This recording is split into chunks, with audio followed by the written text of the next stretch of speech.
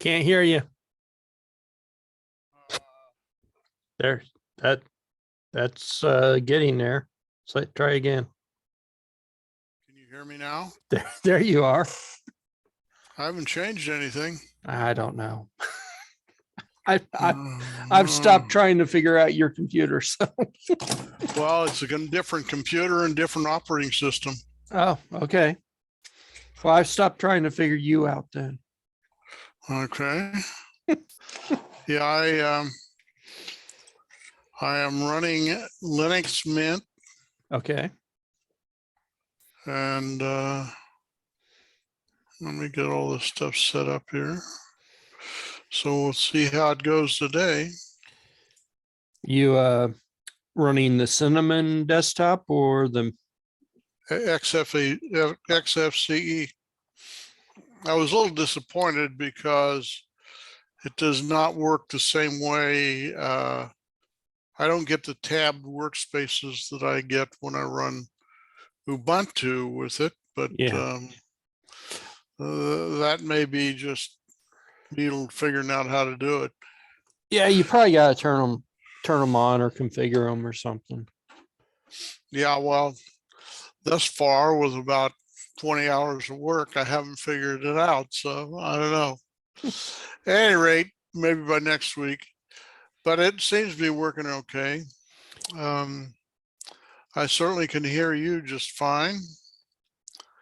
And I am now running, I believe, the same version of Zoom that you are running. Actually, after I installed, what I did is I put a new drive, brand new 2T drive on this machine, and I partitioned off a quarter of it and put Mint, Linux Mint, and I used the XFE version to, oh, is that the version you're running now? Yeah. Because last week you were running 5.9. I just updated. Okay, and you're running Linux Mint? Mm-hmm. What version?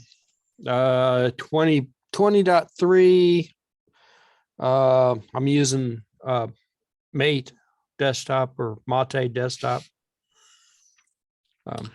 Yeah, I downloaded all three of them, but I ended up installing XFCE because I figured I could get the same tabbed workspace arrangement that I have on Ubuntu 20.04. Well, so far I haven't figured it out. Anyway, not so much. Yeah.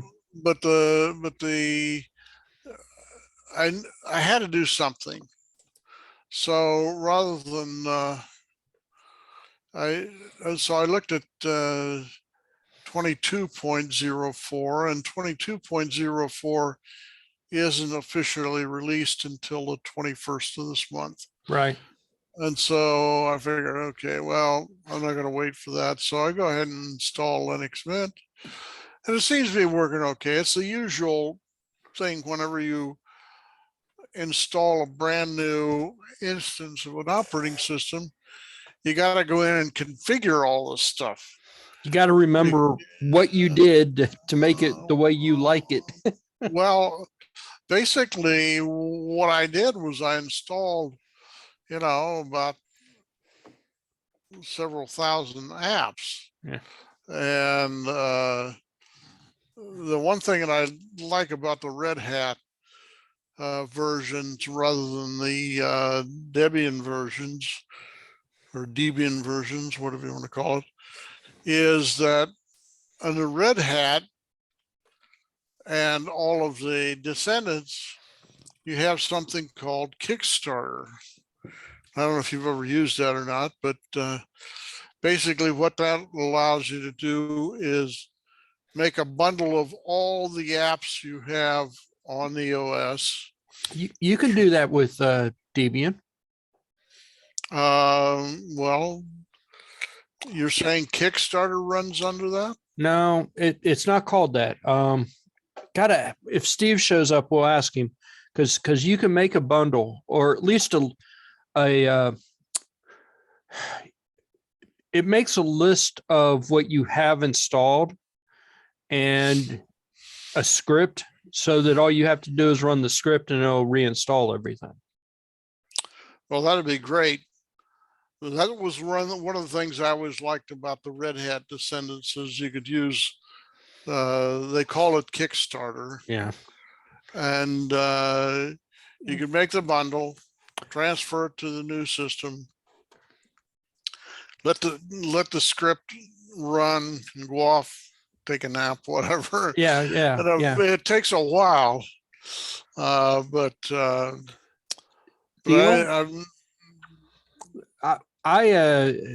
when I upgraded, I copied my home directory, so all my settings and stuff were still preserved, but all I had to do was reinstall the software.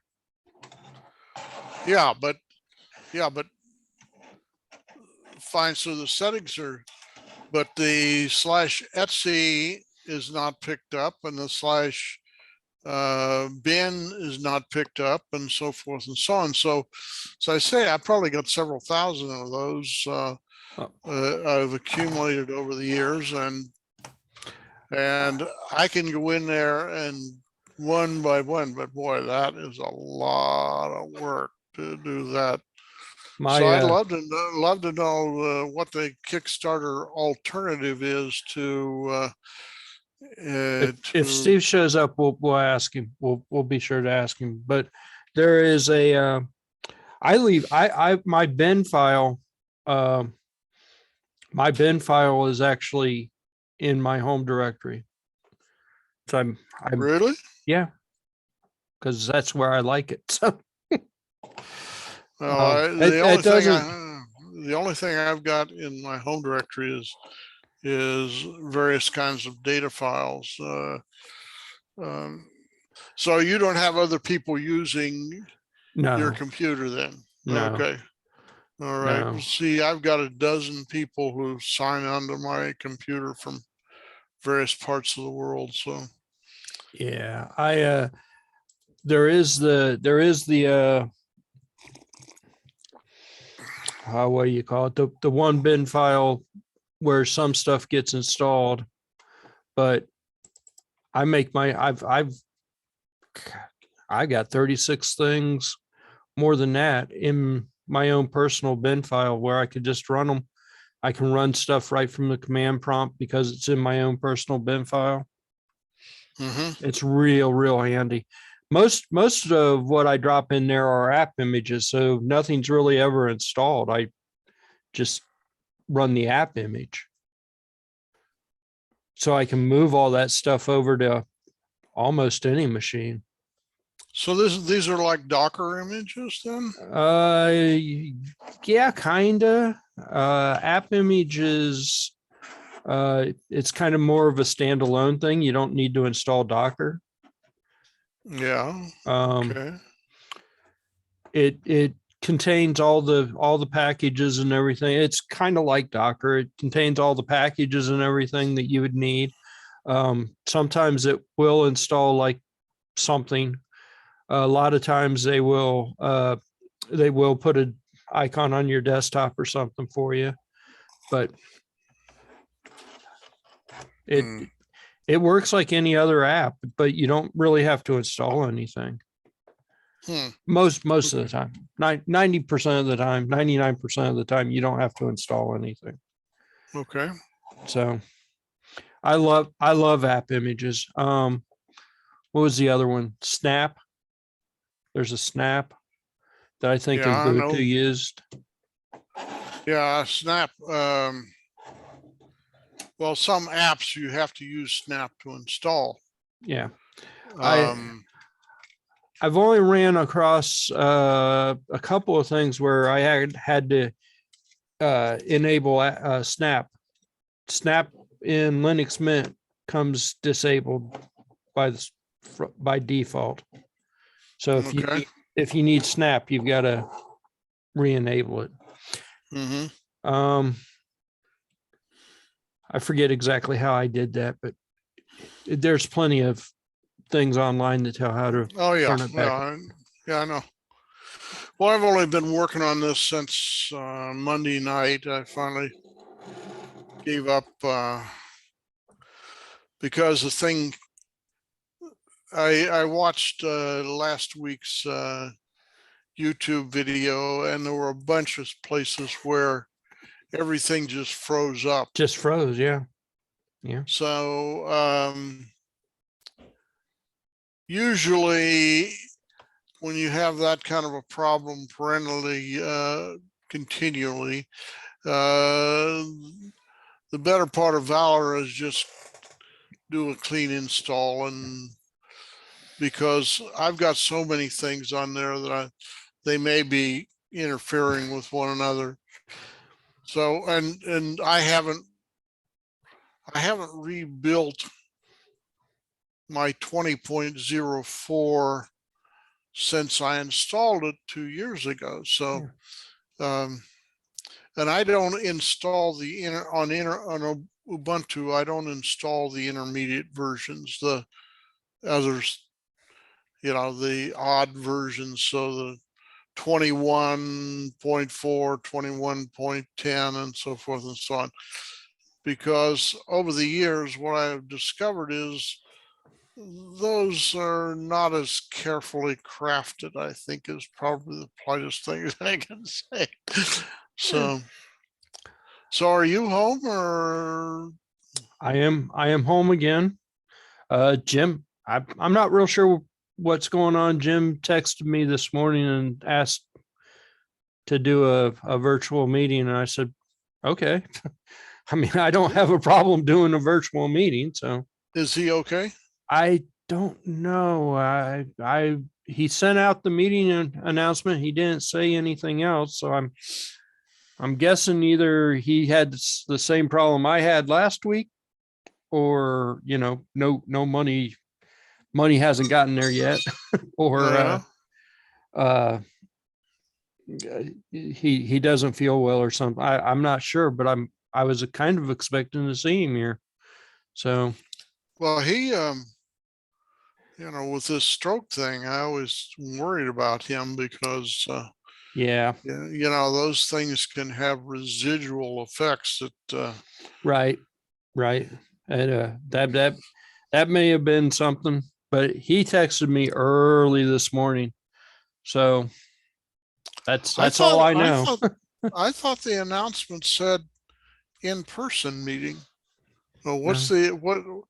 No, Obviously, I don't really read these announcements. I just unless I want to look at one of the other things that he's put on there, but I just say, oh yeah, he's emailed. So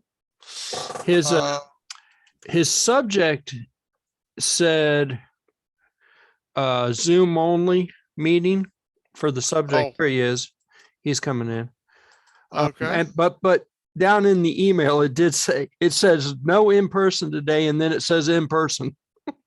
So okay, well, that's confusing enough.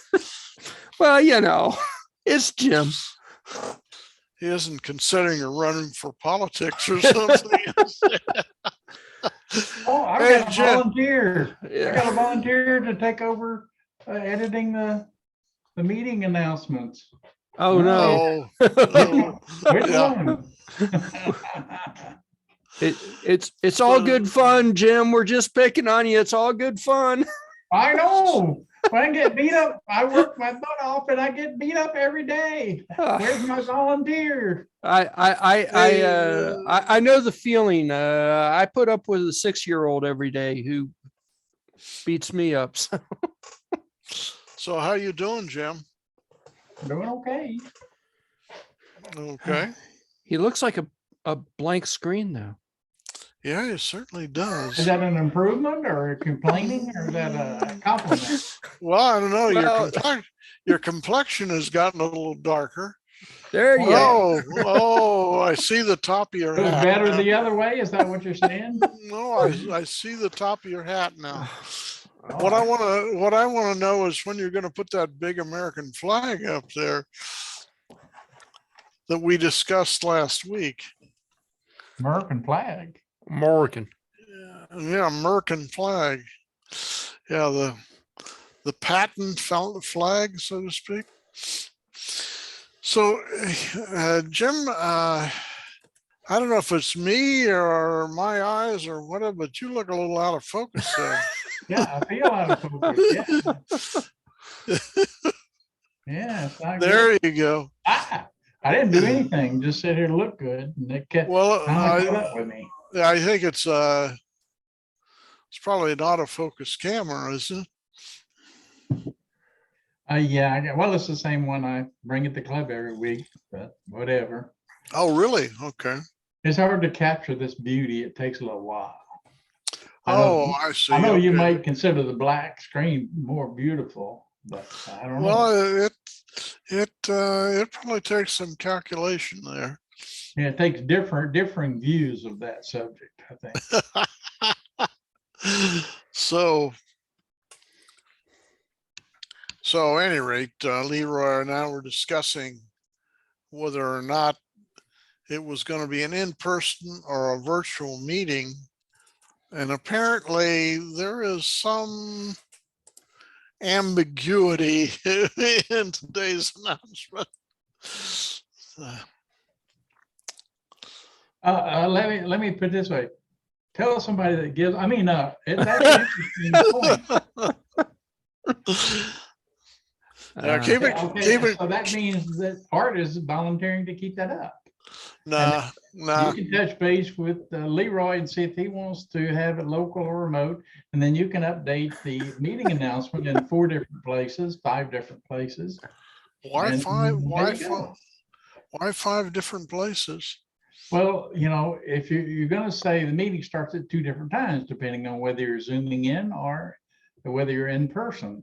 And if you want to put in person, then the people that see that it's Zoom only will say, well, it says in person in there. Oh, well, you better go change that too. And then somebody go change the meeting note and leave a typo in there, a misspelling. Okay, well, you got to go fix that too.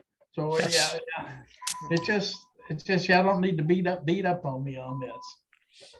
The title says Zoom only in the title, and I'm happy. That's enough for me. And the rest of it I don't care about. Are you volunteering to update the meeting notes? Hey, that was a volunteer. I heard him volunteer. I'm hearing Morse code there in the background. Is that you? That was me. That's me. That's Leroy. He's okay. That was me. Oh, okay. Yeah. We're only picking on you. We're not trying to beat you up, Jim. I don't know. It seems y'all trying ganging up on me every week. I get another comment.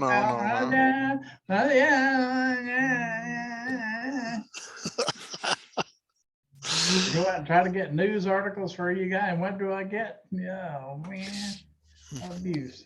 I lost my internet this week, and it looked like the modem went bad, or they raised the level in Monroe, the signal level, and my modem couldn't handle it.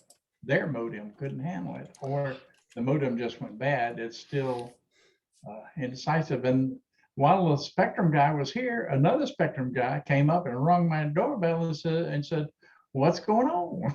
Well, the guy in there trying to fix my internet. He said the guy checked it, looks good, except for the modem. Modem was putting 40 on the downstream side, 40 megabits on the downstream side, and 1.1 gig on the upstream side. So that's strange. It says something's wrong. So he replaced the modem and put a splitter in there, try to reduce the signal coming in case it's overloaded. And the splitter was bad. Okay. We had fun. Then the guys down the street said, there's noise on one of these lines. I said, there was a guy here about a month ago checked all the lines in my neighborhood and says, you know, your drop doesn't have noise. So they're looking for this noise again. So now this is cable, right? Yep. Okay. Is this above ground cable or buried cable? It's above ground. Okay. I don't live in a fancy neighborhood like some folks do. Well, yeah, right. The expensive neighborhood I live in California, everything is old telephone poles and wires, but here everything is underground, so it makes it more weatherproof. I will say that. Well, they can't get, and they can't get to the tap either. Nobody can get to. They had a man lift here, and he couldn't get to the tap. Huh? Yep. So he'd have to stop traffic on the main road. I think that was his main concern. Where is the tap, on the opposite side of the road? It's on my side, but you know, there's a big ditch, there's a valley there.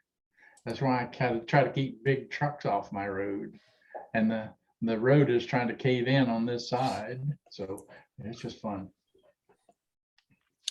So this road has a series of telephone poles going down it. Is that kind of an arrangement? Yeah, yeah. Okay. And the side of my yard is a valley. We got hills here. I'm on a hill, and you go to one side and it's a valley, and there's a telephone pole on my side, and it goes over a valley. It's about a 10-foot drop to where the bottom of the telephone pole is, effectively. Mm-hmm. So they have trouble getting in there. But we got over that, and my speed is back up, and I've got an unexplained throughput problem on the router side at 50 megahertz, and I was 50 megabits is about the most I can get on the downstream side. And I wonder if some of the hubs, when I plug a 10 megabit camera in it, if it changes the whole hub speed. And I'm looking at getting a bridge to replace it, and I'm thinking it's probably a cut-through bridge, and I'm wondering if that would help it. They're implying that it will. How old are the hubs? The hubs are probably 8 or 10 years old. They're 100 megabit hubs, maybe 1,000. They're at least 100. Yeah, they probably do go to the lowest speed of whatever's plugged into So it. it takes a whole network and drops it to the lower speed. And Yeah, a lot of those old hubs would do that. A lot of them would. Well, a hub is really not, it's supposed to be pretty passive. It doesn't do a dang thing. yeah, it's supposed to be just sit there, and on Pat- the other hand, Back and forth. yeah. And the router sees it and said, this guy's running at 10 megabits, and boom, you're going to drop him. Yeah. The switch, are you sure it's a hub and not a switch? It's a hub. These are hub. Well, I didn't pay extra for a switch, and I noticed the switches are not any different nowadays. Really, the prices are not different from the hubs. They will. They used to just stick hub on something when it was a switch. 033818 wants to enter the room. I have. Let's see who 033818 is. 818 033. When I put my picture up, we got more people who were interested. Yeah. Hey, wait a minute. Okay, so Minicam. Well, what it is, it allows me to crop the video so that I don't have Oh, to pick up stuff. But it's a pain in the butt because like right now, it's not recognizing the camera. it's not working. Yeah, I'll be back in a minute. Oh, we'll be here. Hey, Okay. you're Yep. looking good though. Yep. Wow. Okay, well. Yeah, a lot of I bought some hubs that I thought were hubs, and it turns out they were actually switches. They actually had a configuration page to them, but they Oh. would switch to the lowest whatever the fastest thing or the lowest thing was. The switch would do that? Yeah, pain in the butt. So it would take your entire network down to a crawl. Well, even the old HP servers that we had would do that. You had to be careful what you did. That's interesting. Yeah. I had a commercial grade HP was a commercial grade rack that each individual port was configurable. So I could tell it individually what to run that port at, which was really, really nice. So this was a managed switch essentially. Oh, and it was nice Yeah. because you could plug in, a 10-bit thing and it would go, okay, no problem. The rest of your network's still running at a gig. Okay. It looks like there are some managed hubs, but they're starting to they're much more expensive. Yeah. But they're a lot cheaper than they used to be. They used to be, you had to pay like well north of $1,000 for a managed switch, and now anymore, a couple of $100 will get you like a 16 port managed switch. Ah! What? Everything Oh, okay? there he is. He's back. Oh, okay. It worked this time. Of course, we can't hear him, but Oh, how about now? yeah, you're all right. Yeah, you have to wait till he talks, I think. Oh, is that how that works?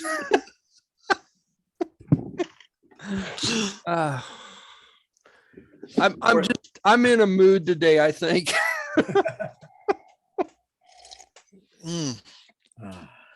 Everybody gets picked on today by Leroy. That's Okay. Works for me. That's $30 for an 8-port easy smart managed hub. Man. That's fully managed. You can log into it and set the parameters and so forth. It just says easy smart managed. $30. What that means, what that is marketing talk for unmanaged. They manage, you watch, switch. So $30 for how many port? 8 port?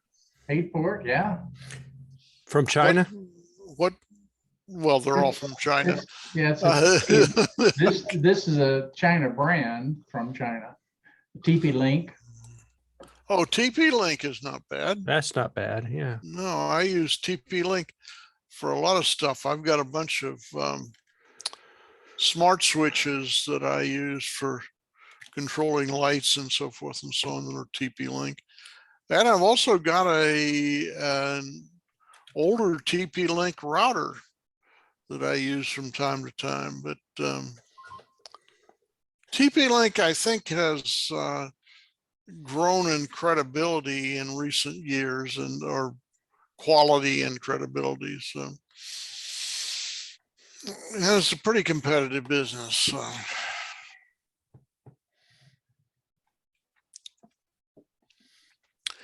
Well, I got my second booster last week. And You got your booster seats? Mama's feeding you gruel now? yeah, right. My second booster. I got the second one on Thursday, the day after our last meeting. And I was a bit out of it on Friday and the beginning of Saturday, but by Saturday night, everything was cool. But it hit me harder than the other three shots that I'd had, the first two vaccines and then the booster. Number two and number three had incapacitated me a little bit, and then number four really laid me low. So I had the same experience, except that I didn't have any from the first three, but the fourth one, I had muscle aches and chills for about 24 hours. well, I had not only muscle aches, but it was essentially wiped me out. My wife found me on the floor at 3 o'clock in the morning trying to crawl towards the bathroom. I couldn't stand up. And I was freezing, my fever was up, and I was in pretty bad shape for a few hours. And then, you know, a little while later, a few hours later, I'm fully recovered. And the good news is I'm always nervous about these shots where, you know, the needles are sharp enough these days, and if you get somebody who's a good injector, you never even feel it. And I was a little worried about when you don't feel it. Did she really put the needle in me, or did she just squirt the juice on the floor? And the good news about getting a reaction is, you know darn well it went in your arm. So I'm one of those people that likes to watch the injection when it occurs. Some people are kind of squeamish about it, but I give myself 5 shots a day for insulin, so one more doesn't mean anything. Yeah. Well, there's a big difference though between an intermuscular shot and a subcutaneous shot. Yeah. Yes. It's called about 1.5 inches of needle. Those are also the vaccine needles are also a bigger diameter too. I do insulin twice a day, more generally speaking. And I have to say that those needles are so tiny now anymore that unless you happen to hit a nerve or whatever, you don't necessarily know it went in you. But the 31 gauge are pretty damn fine. That's right.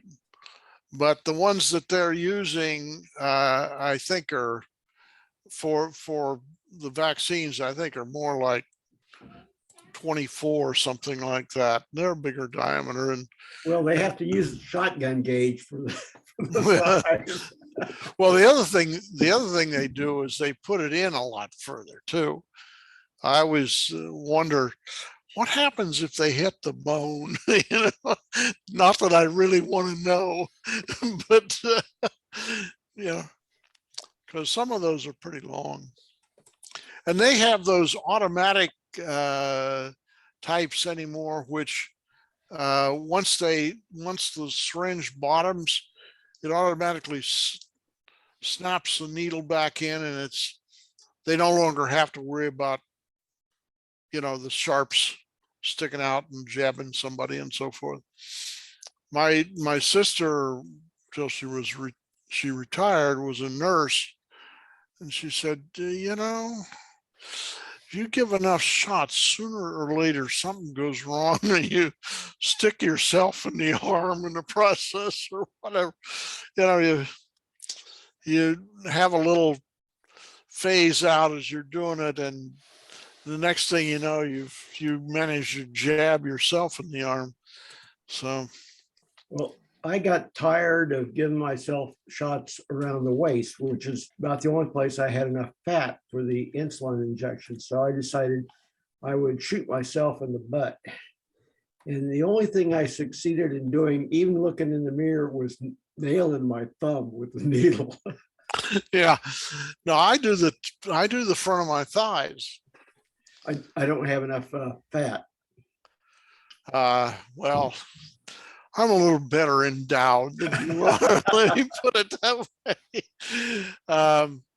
But I have a problem around my belly button, which is, an inch from the belly button is usually the rule, because I had a umbilical hernia and they put a mesh in there. And so I have to be careful about what I do in the neighborhood of my belly button, because I do not want to hit that mesh, let me tell you.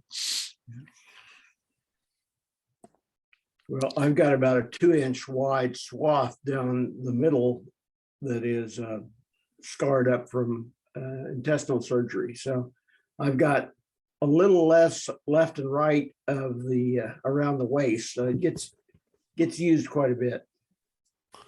So you can't go into the scar tissue though, can you? Excuse me? You can't inject into scar tissue, can you? No, it's a vertical incision. So I just have about 2 inches all the way down that I can't do anything with. Oh, okay. But as long as you get on either side of that stripe, you're okay, right? Yeah.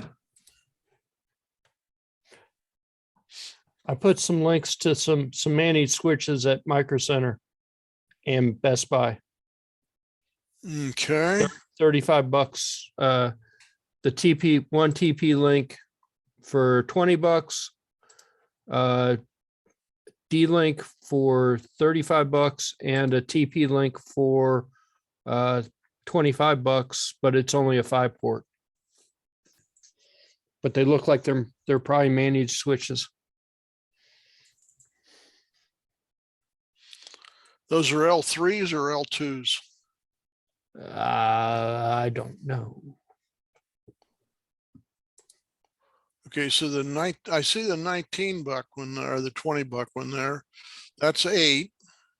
That is an 8-port switch. That may be similar to the one that Jim was looking at. Okay. So I see 3 links here. Yeah. There's There's one a for a D-Link, which is a $35 switch. yeah. Then there's 2 of them for 2 different TP links. Okay. I don't know the They're saying that the cables, if you don't have a 5E cable, it's going to downgrade your link. What's the difference between a 5 and a 5E, and how can it tell? Well, the one's that handles a little higher bandwidth than the other. Yep. And the spec between Cat 5, Cat 5E, Cat 6, Cat 6A, Cat 7, and so forth and so on has different kinds of manufacturing of the twisted pairs. Up until 6E, basically what they've changed is the number of twists per meter. And that gives you a little, and then on 6, all the 6s have that plastic spline up the middle. It's a real pain, and if you're adding connections to that, keeps the 4 twisted pairs separated. None of the 5, 5, or 5Es have that spline. And then 7 also has each of the twisted pairs also have a foil wrap around them. So they're further isolated from one another. So How do you detect it? Somebody's gonna have to get smart to detect that. But how would you detect it electronically, or how would you Yeah. detect it? How would you detect it electronically? The switch- Yeah, you the plug switch into will- a hub, it doesn't know, or a switch, it doesn't. How's it gonna know? it'll ping your device and see what the latency is. And then Basically- downgrade you. Basically, it looks at the time delays on the cable and determines this is capable of 500 megabytes, and this is capable of It 650, and it's kind of how auto negotiates for the maximum speed anyway. yeah, 10, 100, 1,000, Yeah. so forth. Okay. So it's in its auto negotiation process, it'll just decide, oh, you've got a premium cable or you've got a crappy cable. I'm going to slow you I down. thought it would inquire to the device that it's talking to, what's your maximum speed, and try to talk at that rate. Well, it will try to communicate with your device at its maximum speed, but if the cable can't handle it, it'll renegotiate and say, Yeah, you have to slow down. it Or I throttles have it to down. speed down. They got some pretty good intelligence in those boys. Yeah, the Sure. switch technology these days is pretty awesome in terms of what it can detect and so forth. It's been pretty good for a while, but with better cables came better speeds. Yeah. Well, when I had the my access points installed here in this house, I let them talk me into going with 5E. I'm now kicking myself because I also had some cables installed in my house in California, and basically what I was trying to do is get rid of a bunch of cables I had laying around the house and get them, over the attic or underneath so they were out of the way. This was a, how do you say your wife is complaining about? At any rate, this was a honeydew project that I think set me back about $1,000.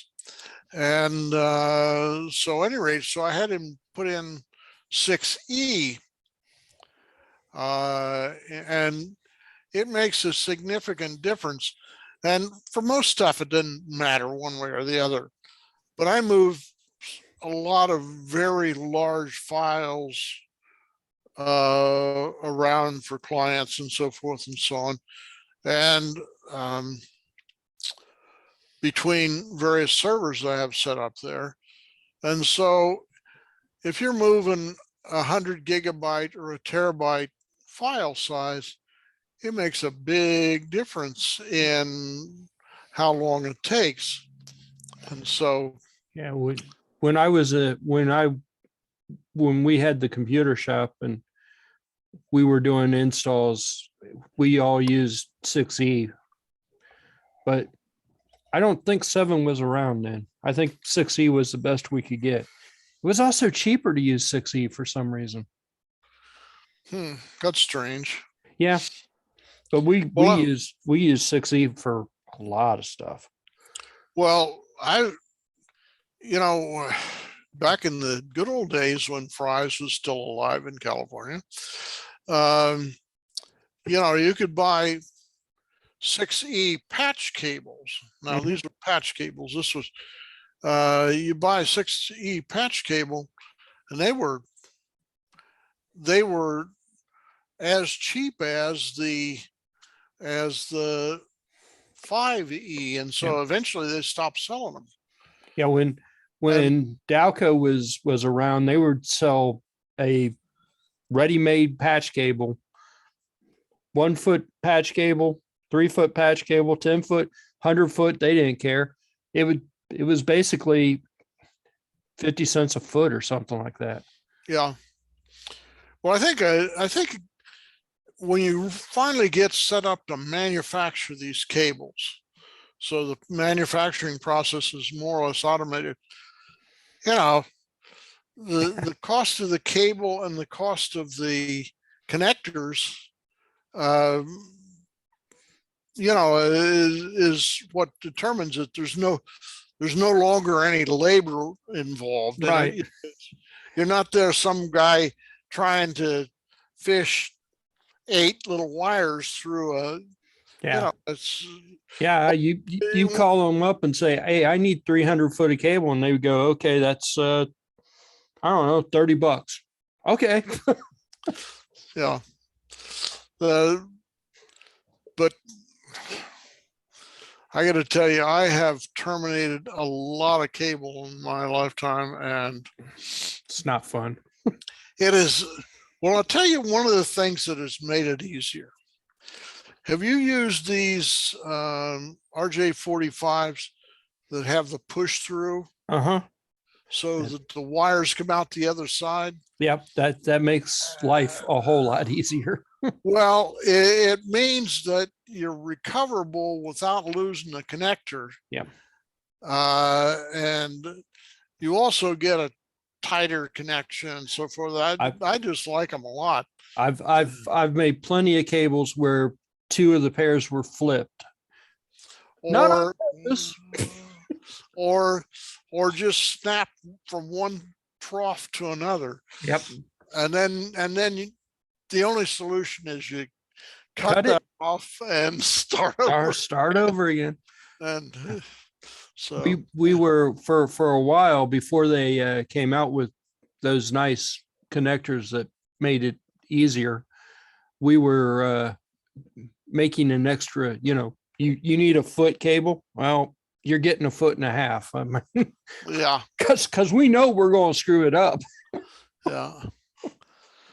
Yeah, the making cables by hand is not something you want to do. On the other hand, if you're pulling cables across the ceiling or through an attic or under the floor or whatever, and you want them the right length, so you don't have a several foot service loop, you got to do that. So, Yeah. Yeah. Well, that's what we were. Several of our clients had us pull wire. I hated pulling wire. I hated that job, but it was good money. You mean in their facilities? Yes. Okay. Yeah. Well, I as long as they had a drop ceiling with T-bar, I didn't have a problem with that, because you just get up on the ladder and fling the cable as far as you could go, and you push the next tile up and so forth and so on. And unless there was a lot of stuff in the drop ceiling. Well, that's true. Because And 9 times out of 10, I would open a drop panel up and go, oh, I'm just pushing it to the 2 or 3 panels over and starting over again. yeah. Well, the other thing that I saw I saw it at Fry's once, and I thought it was a pretty clever idea. It was a crossbow, Yep. a little crossbow with a reel on it and a fish line.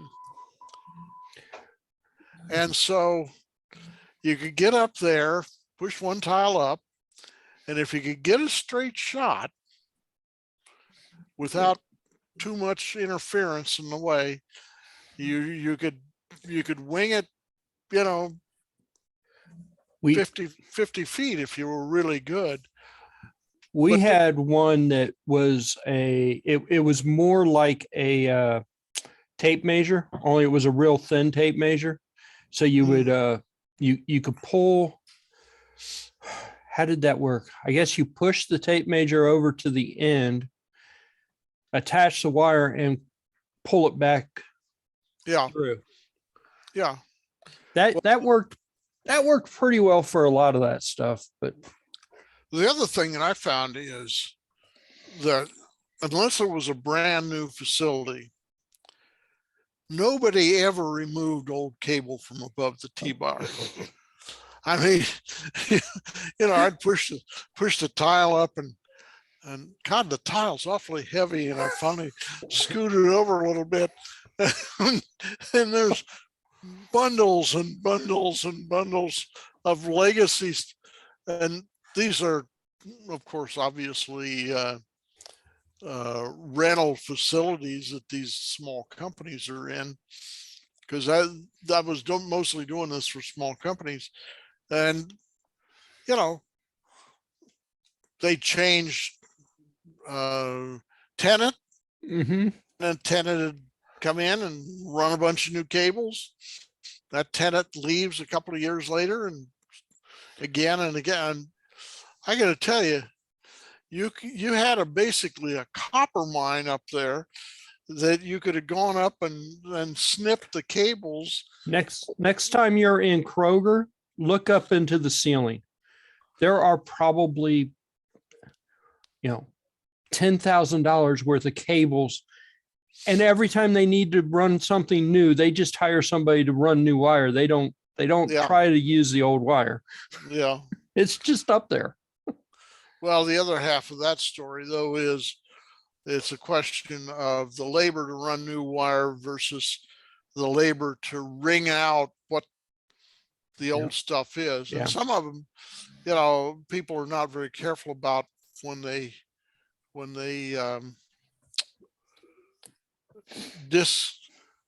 pull it out of service and so forth and so on. And so it may be kind of unreliable. Yeah. But no, but Kroger, at least the Krogers I've been in, don't have drop ceilings. They just have. It's an open ceiling, but there's thousands of wires up there. Yeah. I Well, watched I watched the they put in new message board kind of deals that tell you the price and stuff and give you a message and whatever. And they came in, all the shelves had them. It took them half a month, 3 weeks to put all that in. 6 months later, they came and pulled all that out because it didn't work the way they wanted it to, but they left all the wire. It's all still just kind of hanging there. They pulled the wire up and coiled it and stapled it to the ceiling. Well, it's a question of the cost of labor, really, what it comes down to. But well, I sit there and go, okay, that system probably cost them $3 or $4 million to put in, and they used it for 6 months and didn't like it, and it probably cost them another $500,000 to come and have it taken all back out. yeah. So Ken's on his way. Yeah. Hey, he's in a slightly different. He's in a different location. Did you get a new house, Ken? Kenny. Hello? Can you hear us, Kenny? I would say that. I would say that was a negative. He's waiting. He can't hear us, I guess. Kenny.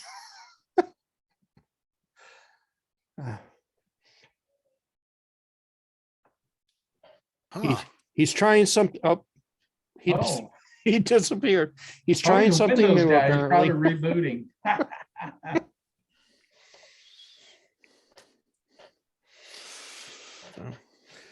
Yeah.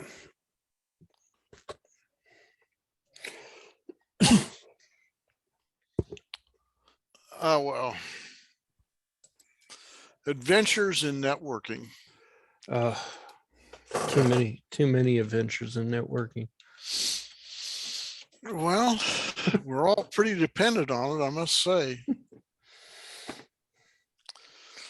I would love, this is never going to happen in my lifetime, but I would love just one time to build a new house where the studs were open and I could just start in and run cable to my heart's content. Yeah. And you know, that would be such a luxury. No crawling under the floor, no crawling through the ceiling, no trying to fish it up a wall and having the wall be an external wall, which is full of insulation and so And forth. blocking. And well, yeah, and you've got the fire breaks Yep. even in the interior walls. But all of that, none of that around, and you just basically pull cable to your heart's content. Well, I think I told you guys about the one house that me and Patty had found where they had basically gutted it. Yeah. And that's how it was. It was open wall. And I was like, yes, this is what I want. I'm going to run cable everywhere. Yep. I'm going to make sure that it's wired the way I want it to be wired. Yeah, that's unfortunately, that is a rare situation. Yeah. And after 30 years of doing that, you come back and you go, now what was that I ran and how did I do it? Why did I do that? I didn't document anything because I'm sure that I would remember. I mean, it's only been 30 years. Yeah. Yeah. Well, I have 4 cables do. I have a situation like that in my house in California. There, we added in 1987. We added, I think, about 650 square feet was a master bedroom and a large family room to a house that we bought it in 86. And at that time, this is before Twisted Pair Ethernet was available. And so what I did is I put in a bunch of telephone cable. Well, that's worthless. And what I should have done at the time is put in a bunch of electrical duct with wires in it so that I could pull new stuff. But, you know, hindsight is always much better than foresight. So, yeah, put conduit in there so you could just pull it easily. Yeah, that's right. If I'd put conduit in there and put in conduit under the floor and so forth, everything would have been cool. Yeah. But, you know, who knew in 1987 that we were going to be working with Twisted Pair Ethernet? I don't think. my thing would be after 30 years, you start looking around and you go, huh, what's that, Jack? Oh yeah, we had a thing called USB. Yeah. Well, the one thing that I had in the house in California was the house was built in 63 and we bought it in 86. So it had been through several owners and for a while it had been a rental. And so there had been lots and lots of modification. And one of the things that was in there, get this, somebody had installed twin lead, the old 300 ohm twin lead television. Antenna wire? No, this is an antenna. It's a twin lead. Yeah. 300 ohm twin lead between all the rooms. Well, that would have been great. I could have used those to pull new wires. The only problem is, it turns out that they apparently had taken a staple gun and gone along every few feet and stapled the stuff down. So you couldn't use it to pull anything out. So, and then somebody subsequent to that had come along and put in coax, and the same thing. They fastened the stuff all down, and so basically all of the Ethernet cables and so forth I've pulled or had pulled have had to be done the hard way, so to speak. And my wife's not very sympathetic to the idea of knocking holes in the wall and so forth and so on. So at any rate. My if I remember right, of course, I was very, very young when my granddad passed away, but they had that 300 ohm wire ran in their house. I'm pretty sure it went up to the antenna, TV antenna. Well, it probably did, but the point is that each room was serviced with it, Yeah. and then they had the equivalent of a 300 ohm splitter, I guess. And then you went up to an antenna on the roof of the chimney or whatever. And when I was in New Jersey, I had a rotator. Yeah. And I'd had a nice sized antenna on a post on my chimney, and the rotator had a little box connected to down in my family room. You could rotate it around. The only thing is, I'd be out there in the spring mowing the lawn or whatever, and I'd find this piece of aluminum pipe. I was like, where'd that come from? Oops. I look up there, sure enough, one of the reflector rods off of the antenna. So at least with the New Jersey weather, those things would only last 3 or 4 years, and then you'd have to replace them. And what would happen typically, I think, was we'd get an ice storm, and those things would get coated with ice, and then you have some Get wind. heavy. Yeah. And those little elements were not very strong to begin with, and the extra weight of that ice would. Then I got smart. Well, smarter, I guess. And I put one in the attic under the roof.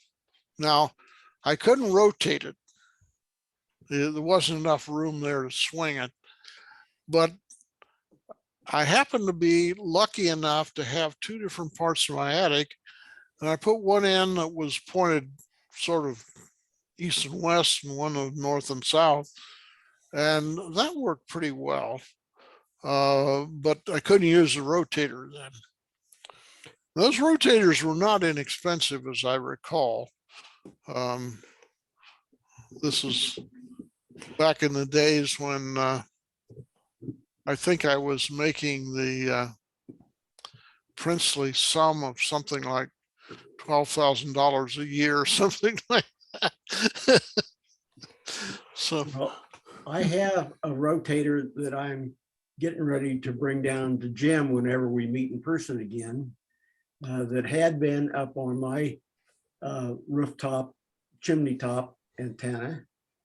And I thought that it had failed, and I bought a new one. They are not inexpensive, but this new one is got a little digital display, and you can tune in several stations and hit ABC or whatever. But when I took the old one down, I discovered there was nothing the matter with it from the mechanical rotating standpoint. The clamp had come loose and allowed the mast to rotate within the clamp. So okay. I get it all tuned in, and the wind would come up and rotate the mast.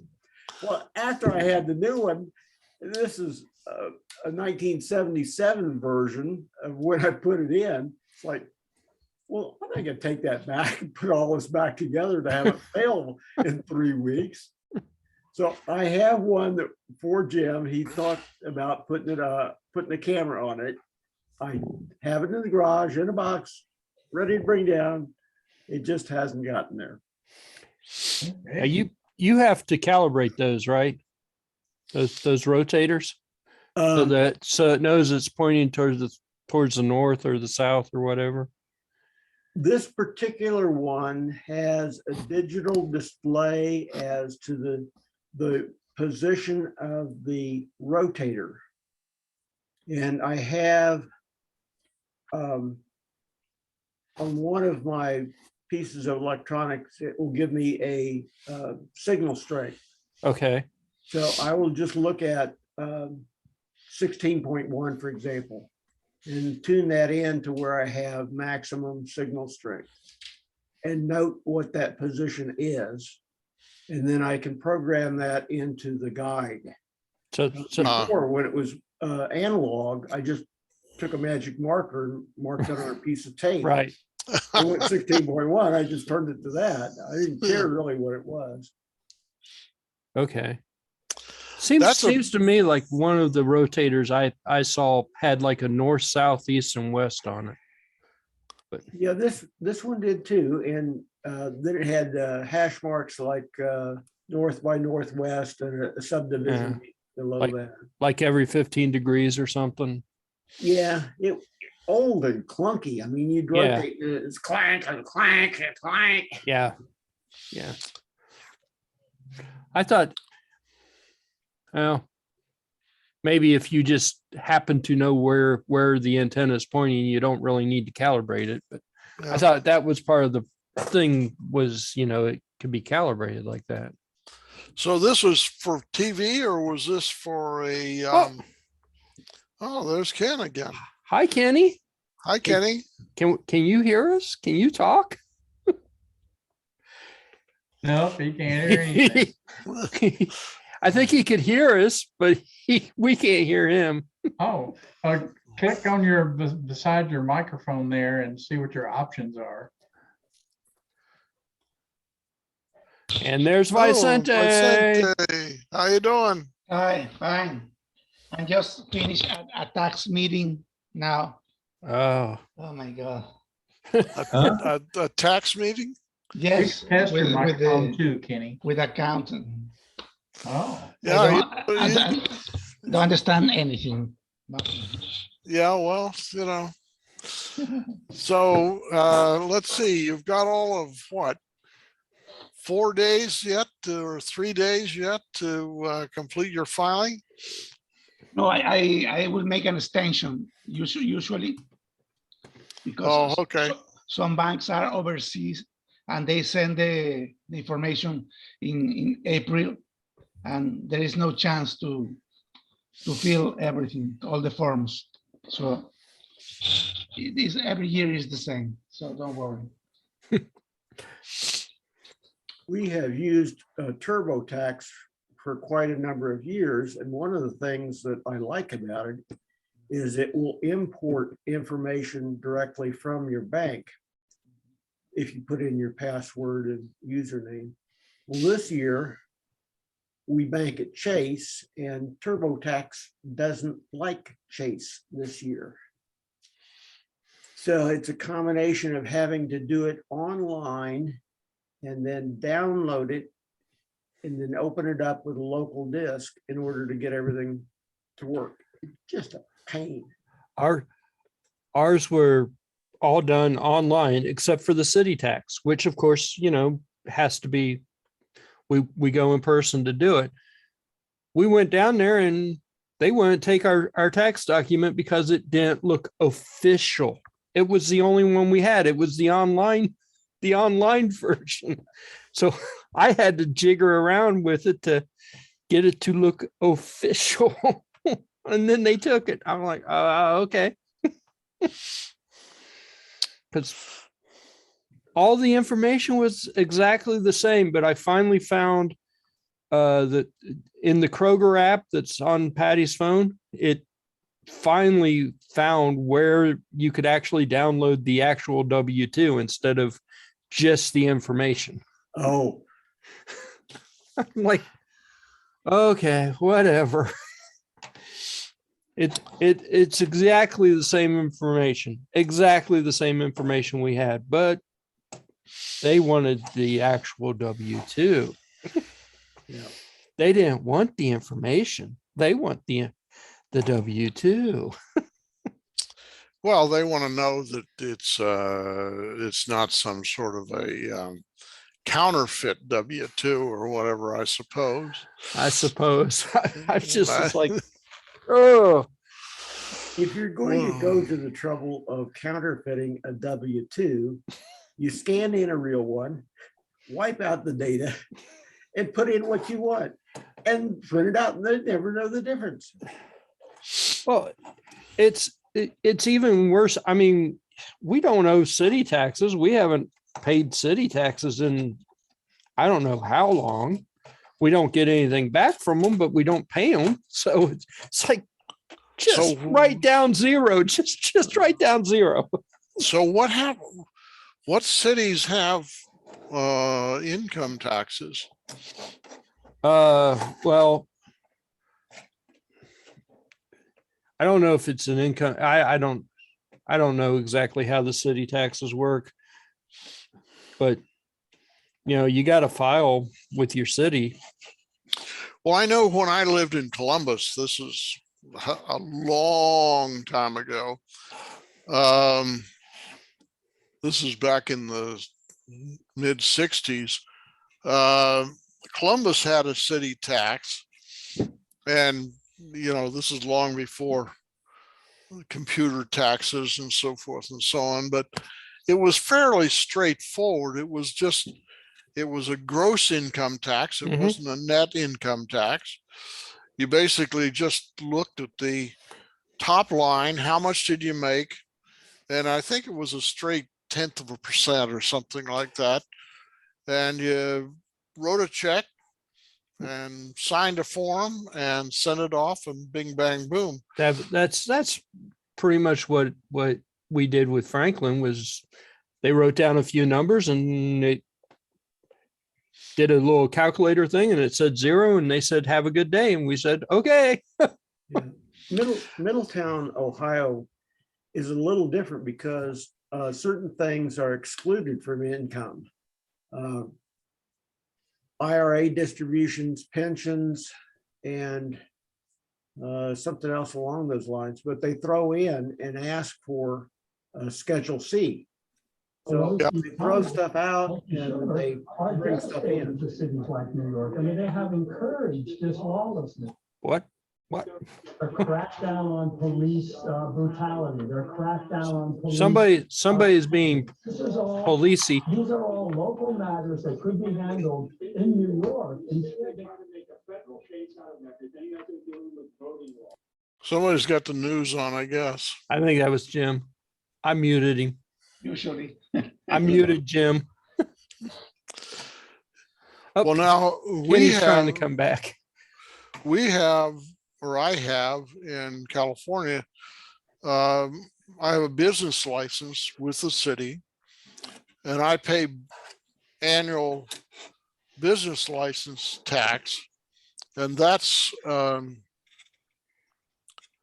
gross income tax also. But it's a business tax. It's not a personal income tax. So there are two things that you pay tax on there. One is your gross receipts. So if you make X $1,000, I think it's 0.1%, something like that.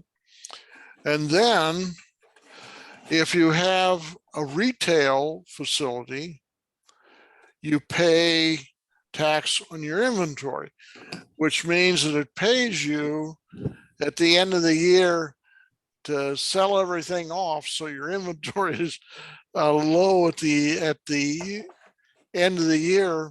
That's why car dealers have these huge sales at the end of the tax season. Well, it's clothing stores, everything. A lot of places have inventory taxes, but since mine is basically a consulting business, I don't have any inventory. And I specifically don't do any retail sales. If I buy something for a client, they buy it, I take delivery on it and configure it and install it. But at any rate, but it's not an income tax. It's a business tax. We had to file with both Franklin and Middletown since we lived in Middletown part of last year. And the lady at Middletown said, "Oh yeah, no problem." Took our information, wanted to know when we left, and we gave her an approximate. She said, "Oh, it's probably not a big deal. Us and Franklin have the same tax rate." And I'm like, really? I mean, okay, Middletown's a bigger city, but they don't seem to be able to budget their money very well because Franklin can do stuff. You know, Franklin has all these little things going on and whatever. And you got to figure, since we're a smaller city now, they make less money if it's the same tax rate, but they can put parades and do things in the park and do movies and stuff. And Middletown seems to not be able to budget their money very well. Well, the other thing is, it's a question of how much in the way of ratables do you have. If you have a lot of retail businesses or whatever, if you're essentially a bedroom community where there aren't any businesses around to carry Well, load, I mean, there's plenty of, I mean, Walmart is here, and you know, there's a bunch of smaller businesses here. yeah. I wouldn't say there's anything huge, maybe other than Walmart, maybe McDonald's, but you know, it's not a huge,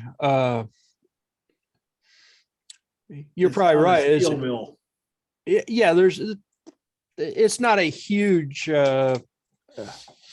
business area, but you know, the roads are good. The police are good.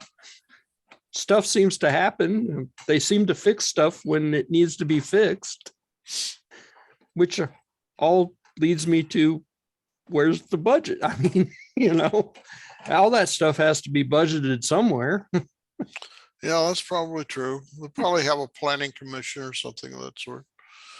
The one thing that I will say is that the roads inside of our development here apparently are the responsibility of the HOA, not Not the local- city. Well, not the township.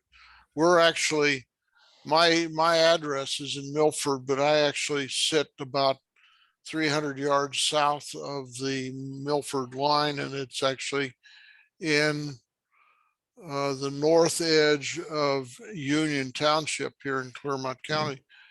And apparently the roads are the responsibility of the HOA within the development. And I must say, they need repair because periodically they come around and patch the chuck holes, but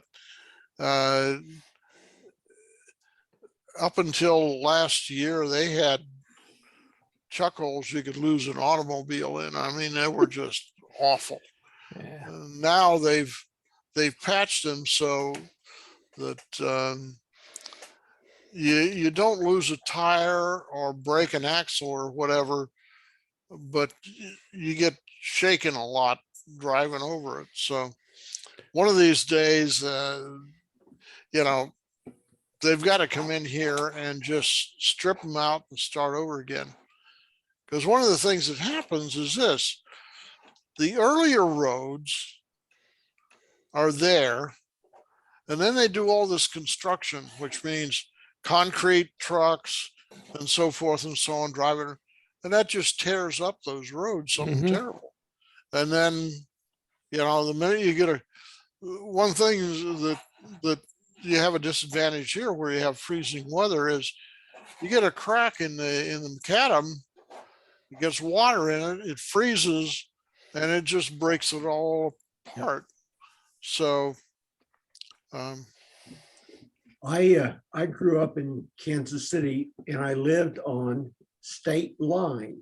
It literally was the state line between Kansas and Missouri. The state dividing line ran down the middle of the street. So half of the street would be paved by a Missouri entity and the other half would not be paved. One half, they would be patching the patches with patches. And then eventually they'd get around to where it was so bad, they would repave it. But by that time, the other state was in terrible shape. It was a ridiculous looking thing. But the good thing is each time you see the state police, you can make an U-turn and change state. They used to have a bar during Prohibition that was like that, that straddled the state line. I don't think it ever worked for them either.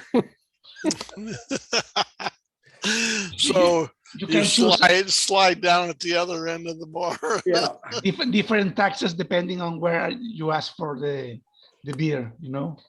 yeah. Well, There's a line in the, Kansas The didn't bar. sell hard liquor. They sold 3.2 beer to 18-year-olds. Missouri sold hard liquor, but not to anyone under 21. So you'd have half the bar was filled with teenagers drinking 3.2 beer, and the other half was filled with 21 years and above wanting that hard liquor. Well, when I was Don't cross the line.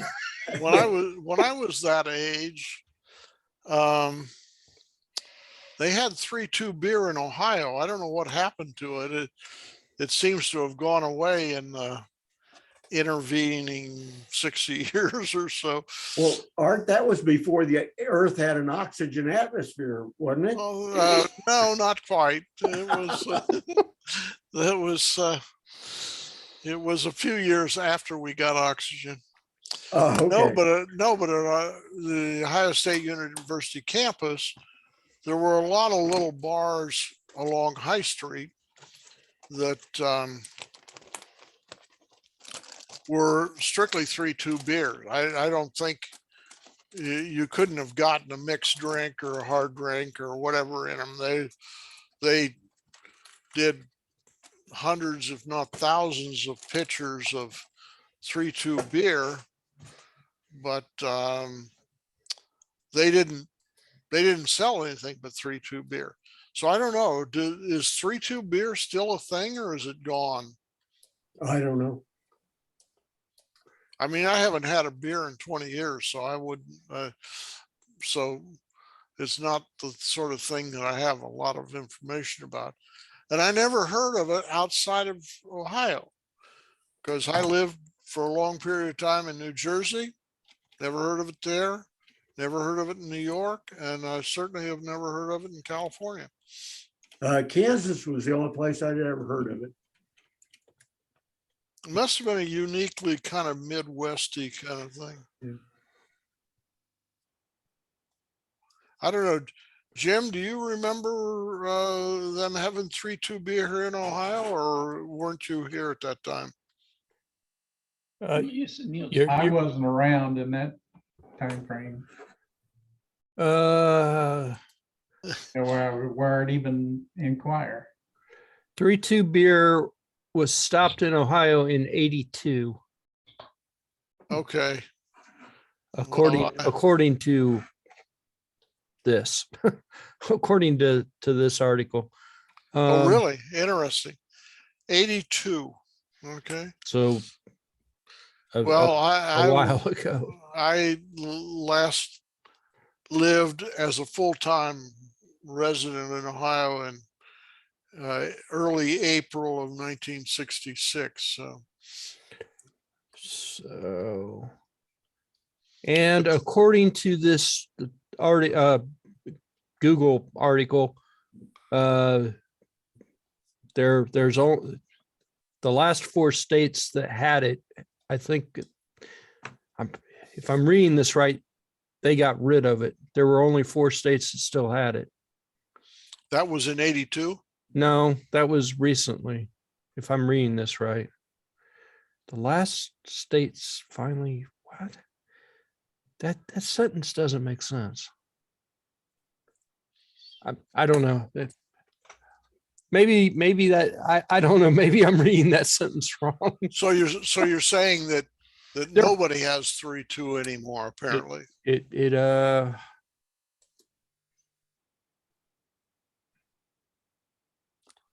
2020, the only state left with the law would be Minnesota for 3.2 beer, but maybe they're not selling it. That's interesting. That says, Minnesota. that says the law for it is still on the books. That doesn't mean that people are using it or whatever. Well, it could mean that nobody's manufacturing it anymore. I suspected it probably costs about the same to manufacture 3.2 beer as it does to manufacture any other beer, unless it's a craft beer, which is more expensive. But, you've got the same size kettles, you got the same water. Let's face it, I mean, beer is mostly water. So you've got a few other ingredients, but it's mostly water. So whether you put in 3.2 ethyl alcohol, or you put in 3.4% ethyl alcohol, my guess is the incremental cost is probably zilch. The this little snippet here from NPR radio says it stated April 2019, and Kansas got rid of 3.2 beer. April 1st, 2019, Kansas would no longer sell 3.2 beer. Okay. So I guess So it was still around for a while, but probably not a huge seller or something. I don't know. yeah. Well, when they changed the laws so that everybody had to be 21 to buy alcoholic beverages, that probably killed the market for the 3.2 beer. Yeah. Yeah. Yeah. So yeah, that looks like our law changed to 21 in 83. Yeah. So I guess So, they were preparing for it in 82, well, in October 82. So so the bottom line is there's no economic point in manufacturing 3.2 beer if there's nobody can buy it. yeah. So It's still cheaper than Roundup as a weed killer, though. well, that's probably true. That's probably true. Probably better for your liver too. The Roundup or the 3.2 beer? I remember I was 16, 17, something like that, working at Casanos, and we would deliver beer. But I don't know, somehow it was sometime during while I was working there, the law had changed and we weren't allowed to deliver it anymore. And that like really killed sales because nobody wanted pizza without their drunkenness. Pizza without beer, that is really, yeah, that's, yeah. But see, I would have been, I mean, that would have been 86, 87. So I'm not real sure, maybe the 83 law started to take effect a little bit later. So I don't know. Well, Maybe it took a all little. of it's catch determined up. by, all of that's determined by economics. So if if the market goes away, the product goes away. I mean, that's just life. Okay. Well, I know, you know, when I was working there were many times where I would run into my friends who were definitely not legal to, who had ordered beer, and you're like, I can't give this to you. You know, so there was that happening too. So maybe that was the whole fallout of. Well, like most things, regulations and laws, logic does not apply and everything else follows from that. Well, sometimes it does. You just have to know what the logic is. I mean, if the logic is this doesn't transfer enough money from your bank account to my wallet, you know, that's logical to me. Yeah. Yeah.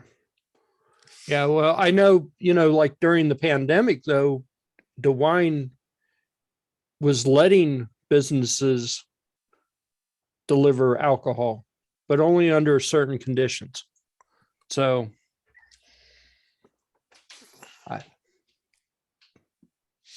it had been, you know, 86, 87 from the time that they were allowed to do it to the time in 2020 when they were allowed to do it. So, Well, the alcohol laws in the US are kind of crazy anyway. Yeah. So, there are a lot of laws in the US that are kind of crazy. so this this rotator you have, this is for a TV antenna, or this is for a ham antenna, or No, what? TV. We do not have cable TV. We have internet, and we get most of our programs through the internet. But occasionally we like to tune into an FM station or a local TV station with the rooftop antenna. Ah, I okay. think we get about 64 channels, including Dayton, if we rotate it around. In many instances, it's the same old shit, so it doesn't matter. Yeah. If we record it, then we can go through and jump over the commercials and the previews of the news. The previews of the news are about 3 minutes of telling you what they're going to tell you. Stay tuned. Yeah. Yeah. Up next. Up Yeah. next. More at 11. Yeah. Film at 11. Yeah. Film at 11. Right. Yeah. Do they synchronize the ads? Because sometimes I change channels and the ads are everywhere. Is Yeah. that common? Yeah. I think they're just so high density in ads these days, Okay. that just by We have a high chance of finding them everywhere. Okay. it's a random selection thing. The Wow. chances of you missing an ad is Yeah. okay. That's my TV antenna. Oh, That's mine. Actually, the apartment complex has they have a antenna out on one of the buildings, but I haven't been able to find or figure out how we're supposed to be able to use that. They've got a really nice big TV antenna on the building. So are they then cabled to the individual apartments or not? Cable, actually cables ran like Spectrum cable is in here. So No, I'm talking about from the TV antenna. I have no idea. I've never been able to figure out how to use it. we were talking about abandoned systems earlier. That's one of them. That's one of them. That antenna is it's a legacy, probably. It's probably been there for, you know,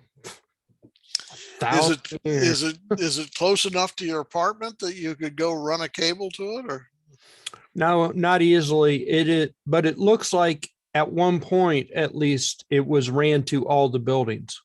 Ah, So it's on, there's a little building that has our mailbox and stuff in it, and it has power and other stuff, distribution stuff there. So it looks like at one point, at least, they had this antenna hooked up to all the buildings.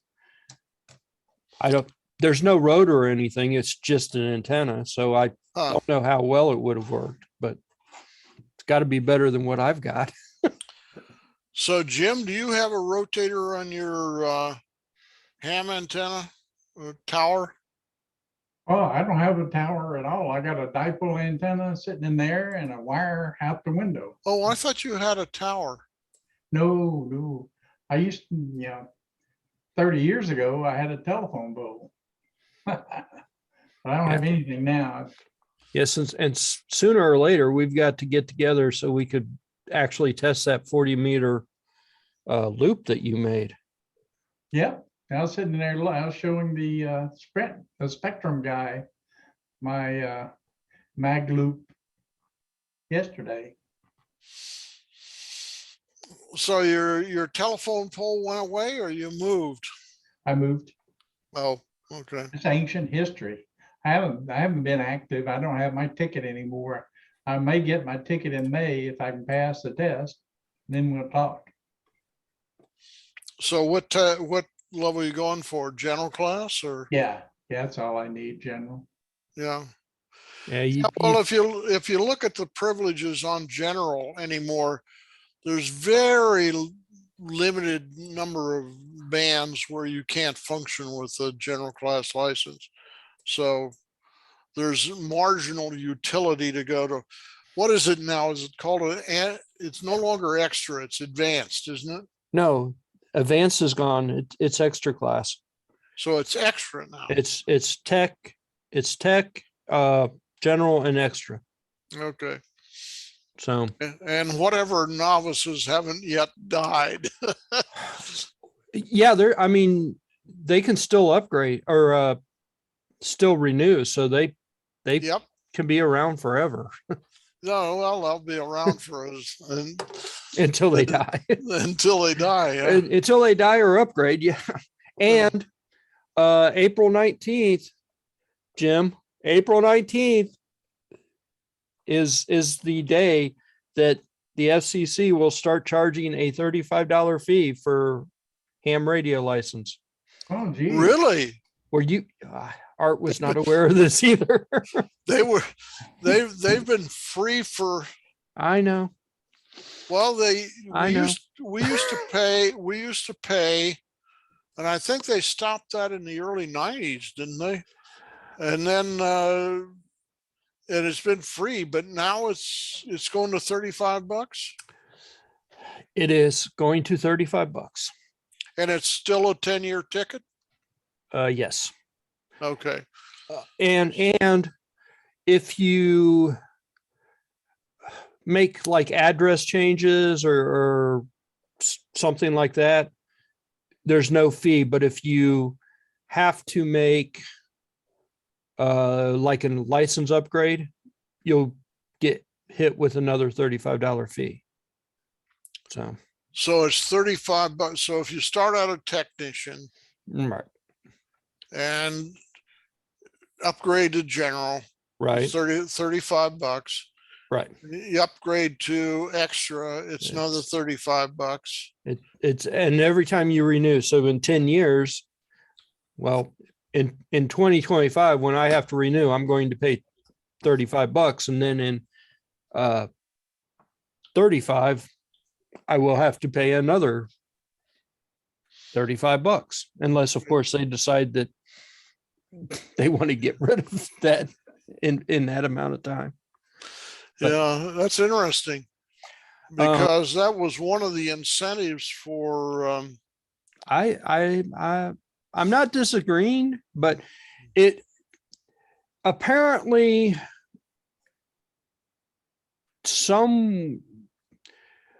the way some law is written or some rule that they're supposed to follow is written, they're supposed to charge everybody a license fee. And there's no exceptions to this. Huh. And apparently they have been skirting around this for years. And somebody finally said, you need to fix that. And here we are. And the fix is $35. Okay. They wanted to charge us $50. And the ARRL said, that is ridiculous because Yeah. we are basically a self-monitoring group in the first place. So they negotiated it from $50 down to 35, which some people still say is ridiculous, but it's really only, $3.50 a year. So it's not horrible. That's true. So it's not horrible, but Yeah, but I'm sure that means that there'll be some people that won't renew. yes, I am positive, except that in theory anyway, most of us have thousands of dollars worth of equipment.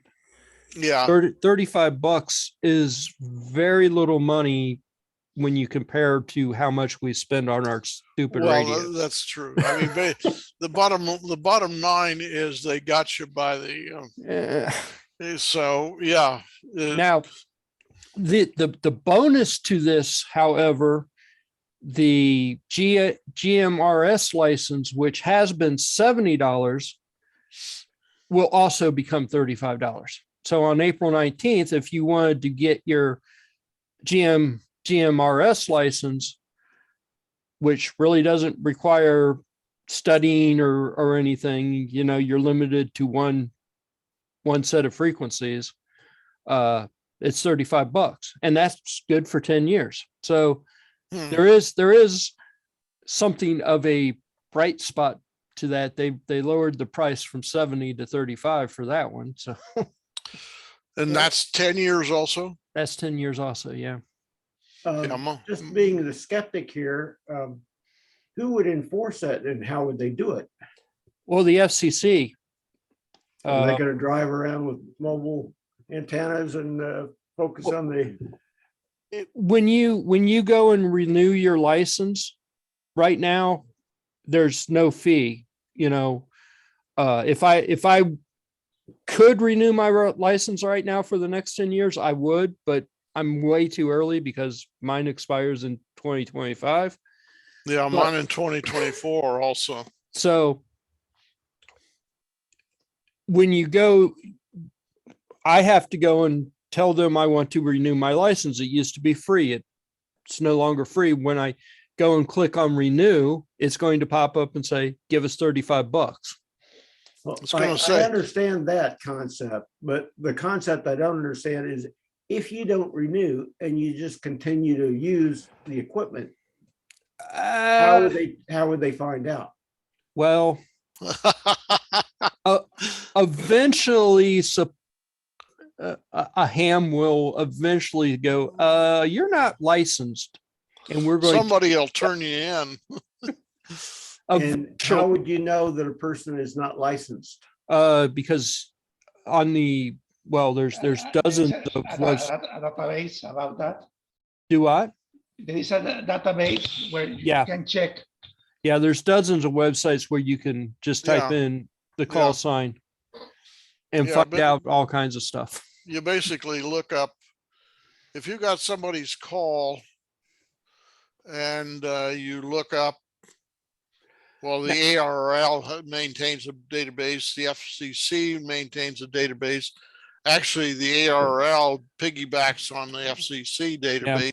Most of them do. Most of them get their information directly from the FCC. And that gives you name, location, license class, and so forth. When it expires, when it was issued. Yeah. When it was upgraded. If it was the signal itself doesn't have embedded metadata that it contains that information. So if you wanted to spoof the system you Well, go look at the database and use somebody else's I, information. I'm not saying that that doesn't happen now, but that doesn't happen now. Yeah, Yeah. the FCC never really policed the hams very much unless there's interference. And, you know, I knew the inspector, and they generally didn't mess with the hams at all. And they weren't on there listening. They're not, they don't care. Yeah. They're nothing. But the hams do a fair amount of self-policing. though. Yeah, wouldn't be surprised with that. That's one reason why the FCC leaves us alone mostly because we're self-policing. Yeah. Well, we're not in any trouble. That's the deal. Nobody cares. And Unless they you're get, interfering with a TV or interfering with something, they don't care.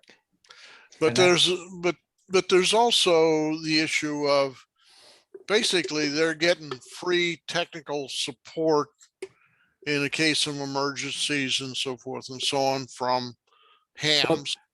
And that was one of the arguments against the $35 in the first place, was because, you know, hams provide a service, Yep. you know, so. And the FCC, again, doesn't care. They don't, they Well, tolerate Yeah, the existence. They don't listen for hams. They don't care unless there's somebody reports a problem. there's an FCC office down in Cincinnati, and I have never heard anybody in Cincinnati getting in trouble for anything. So, Yeah. Well, it used to be, again, in the old days, that you had to go to an FCC office to take your license exam. This was before the VECs came along. But I can tell you that in the 50s, 60s, and most of the 70s, you actually had to show up physically at an FCC office. And in those days, of course, you took a code test and took the code test first, took the listening test first, took the sending test second, which was kind of a joke.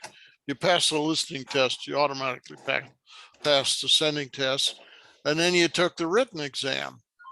And you always did that at some sort of official site. And then this whole VEC thing, I don't know, what is it? Volunteer examiner? something. Yeah. That basically the hams were assigned to take over doing the examinations. And so when I took an exam in the 90s, I went to a local fire station, and this was when they still had a code test.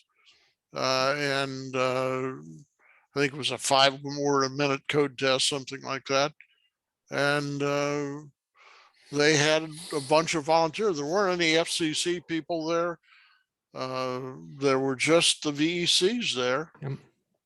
And they would give you the exam. And There's when I took my test, there were three VECs sitting there proctoring the thing, and they're not really supposed to help you, but they, you know, you could have a calculator or something to answer some of the questions, but they would grade you right then and tell you if you passed or not. And if you passed, Yep. You would have to wait a week or something for your call sign to show up in the database. Yep. Especially if you're new. If you're not new, you could start using your privileges immediately, but you had to put some weird tack Yeah. number on the end. I don't even remember what that was, but but like the digital radios that I've got, you need a separate ID number for some of those digital radios. And they've put some security on them now so that people can't spoof your number. Yeah. Or supposedly can't spoof your number, because that was happening with them. So I'm not going to say that it doesn't happen, but it's not really supposed to happen. Well, but encryption these days is so inexpensive that, it's. Well, we're still really not allowed encryption. It's just a digital mode. No, the encryption of the equipment identity. No, you're not allowed to use encryption on your transmissions. Yeah. So I have heard, on that radio that Jim got, and on shortwave or HF frequencies, I've heard a couple of people talking, and you type their call sign in the database, and you go, "Oh, that expired," and nothing happens. I mean, Yeah. but I've also heard that, if you get reported, you can get a fine from the FCC. So Yep. it takes a while for them to actually do something. They'll send you a letter of stop first or whatever. And then if you keep doing it, they'll send you another nasty letter. And if you keep doing it, then you'll get a fine. So you get like 3 strikes before the FCC really does stuff anyway. And only if somebody twists their arm, and it's probably the ARL guys, Yeah. or somebody that's mad with somebody. Well, if you're interfering with a neighbor's TV or something like that, That's when they That's- come after you. that's But the, they're not listening on the band to try to see if you have. nah, not at all. They don't care. And frankly, never were, to the best of my knowledge. And if you are interfering, you just have to prove that you were trying to make efforts to repair the situation, so you're trying to limit your interference too. So I had a guy in here yesterday that I'm sure is a clandestine operator, no question. And not just no call sign, we're talking about 10 kW amps and stuff like that. Oh, really? Yeah. if you listen Okay. to anywhere in like 27 megahertz, Oh, yeah. Yeah. Yeah, those guys, they just not knowing. The 11 meter band, Yeah. Well, that's the free band, that's basically CB. Yeah. Yeah, except for the parts where you hear them talking, it's not in the CB band. A friend of mine was going to school in Manhattan, Kansas, working on his master's degree in electrical engineering. And his dad had some surplus World War II radio equipment. Yeah. And they were playing around with it. And they had the extendable antennas that would go out to about 30 feet. They put those up. And they were playing around. They didn't know whether they were broadcasting or not broadcasting. And 2 days later, the Army showed up from Fort Riley, Kansas. They had it between their house and the house next door. So they had pretty well triangulated where the signal was coming from. Needless to say, they did not fire up the equipment again. Yeah, I had a friend that bought years ago. He had bought some old police equipment that he was told didn't work. So he fired it up and gets on there and starts talking, and sure enough, Hamilton PD comes up, Hamilton County PD comes up on, who is this? Where you at? What? Shut that thing off and do that thing. Never turned it on again that I know of. Well, folks, I'm going to have to let you go. It was enjoyable as always. Hope to see you next week. Glad you dropped in. You take care. It Will was do. good seeing you again. Nice seeing you. It is getting close to that time.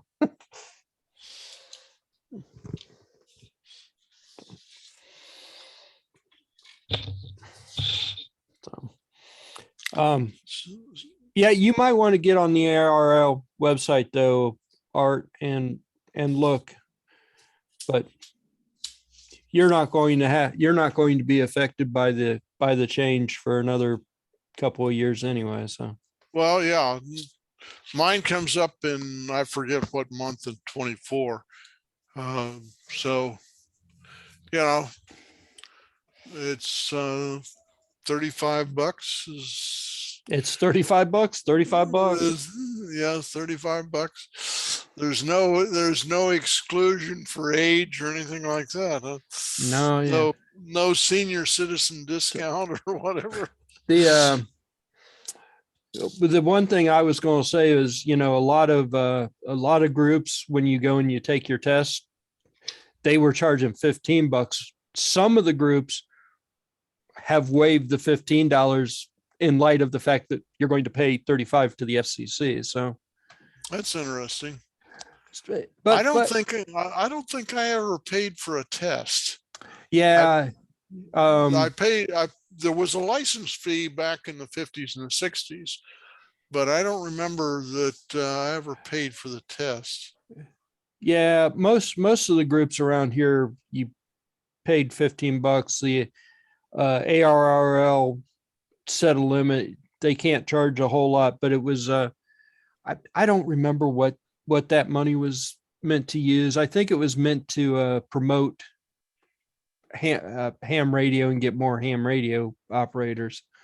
So well, now if you belong to a club or to a repeater group, then they're allowed to have dues. Right. And that's designed to offset the cost of operating the repeaters and so forth and so on.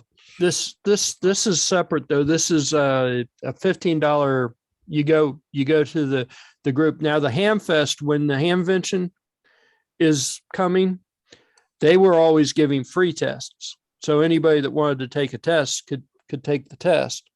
Mhm. But they most of the groups, the individual groups would charge $15 to take the test. You could take all 3 exams the same day as long as you passed, for the same $15. So that was a good deal.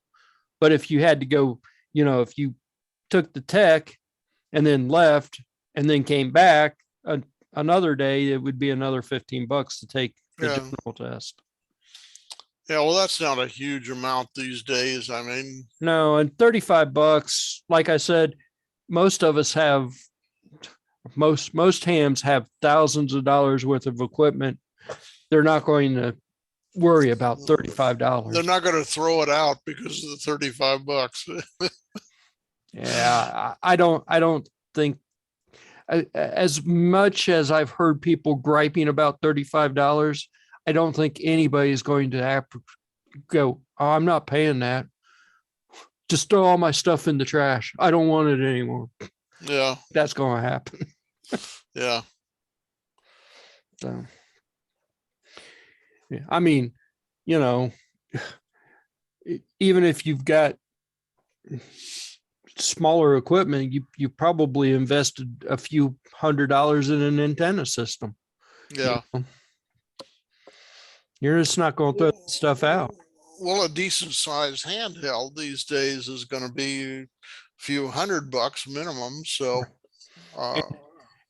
and several of us have more than one HT because yeah. So Jim, so you're scheduled to go for another test? Oh, I want to take it when the Hamfest is here. I want to take it then. Ah, okay. Yeah. I might. That's not a big deal. It's not like I'm going to use it or anything. Yeah, the licensing fee is small compared to the cost of equipment. Well, just paying for gas to get there. Gee. Yeah, right. Well, where is the Hamvention these days? It's going to be at the fairgrounds, I assume. What, the Xenia, near Xenia? Yeah. Oh, here comes your puppy. Oh yeah. Yeah, have you been feeding the peanuts or not? Already, yeah, Oh, he's already had peanuts. huh? yeah. So Hey. he's just putting in an appearance. Has to show up, see what daddy's doing. Yeah, Yeah. yeah. Yeah, at least dogs love you. My cats, you don't see them crawling around here wanting to be petted. No, Yeah, they're in other rooms sleeping, you know. yeah. Well, as long as you keep them fed, they will stay out of your way. That's why I have the cat food here by my chair so they come visit me. Otherwise, I'd never see them. Nah. Rompy comes up and visits me every morning. Wow. So, Leroy, we need to rent a flea market spot in the Hamvention to reduce our inventory to avoid taxes. Yeah. Yeah, right. I think I could find some stuff. Oh, yeah? You can get rid of your Raspberry Pi Zero. Ah, How many you had? 200. no, I did. I'm a little busy. I think I've only got 4 or 5 of those left. I'm So is your storage bin gone, Leroy? Yes. I Okay. no longer have a storage unit. I have tried to cut back my expenses as much as physically possible, which, you know, I really haven't bought any microcontrollers or any of that kind of stuff for a good long while. I bought some stuff before the pandemic that finally showed up, but I really haven't bought anything during the pandemic. So, fact, I mean, I think the prices went up because of the yeah. Well, inventories or something. I'm waiting to get inspired to do something again, really. I mean, I haven't really worked on much of that stuff lately. So I was always inspired to do more stuff when we were meeting in person, but Yeah. So is that a new Bat t-shirt there you got? the Batman, that's from the movie. Well, Oh, from the new movie. From the new movie, yeah. Okay. Oh, you got that at the time you went to see the movie? About a week before, yeah. Oh, okay. I wore it to the movie. I had to wear my Batman shirt to the movie. I see. Okay. So you said you were going to see it again. Have you been back to see it again or not? No, had the grandkid. Edwin is working until he's done, which is horrible because I can't make any plans. That means he shows up at 8 or 9 o'clock to pick her up, and I get her again at 3 o'clock in the morning or 3 o'clock in the afternoon. And So he works second shift or what? he works at Kings Island, and they're getting it ready to open. So he has to work there until whenever they say he can go home, which. But he doesn't start until the afternoon. He goes in at, I think, 8 o'clock in the morning. So, but you said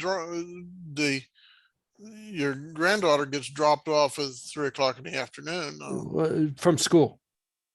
She goes to school. So. Okay. Yeah. She now she hasn't had any school Friday, so she will probably be here at 8 o'clock, 8:30 in the morning, and I will have her until 8 o'clock at night. What's the occasion on Friday? I have no idea, but there's no school. Okay. That's all I know. There's a big sign on the school that says no school, April 15th. That's Friday. Well, maybe that's for tax day or something like that. Although I think tax day this year is the 18th, isn't it? I think so, but the teachers do an in-service day every couple of months. So I just assumed that it was a teacher in service day, I see. but I really don't know. I'm sure Edwin knows. Is that What you got the there? What you got there? This is an Arduino Nano. Nano? Oh, Yeah, really? Oh, cool. $2. $2? Yeah. Blinking. This is the project of this week. Oh, really? Oh my God. Oh, that's pretty clever.